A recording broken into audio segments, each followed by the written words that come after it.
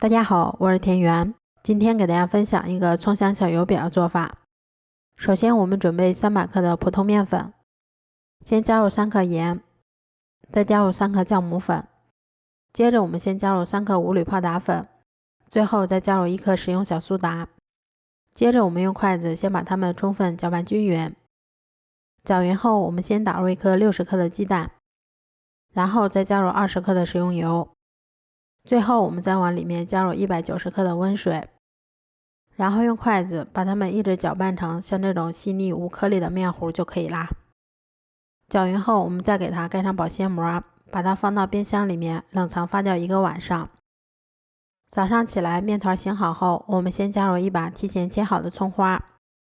然后用筷子把它们搅匀的同时排出里面的空气。接着我们把它移到面板上，先整理成长条，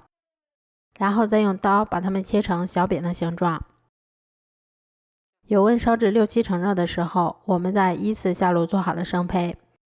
全程用中大火炸，中间给它们勤翻动一下，确保熟热均匀。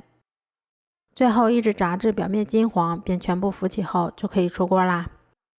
这样做出的葱香小油饼吃起来非常的咸香美味，而且做法也非常的简单快速，用来当做早餐也是很好的选择。如果喜欢的话就试试吧，喜欢我的视频就关注我吧，谢谢您的支持。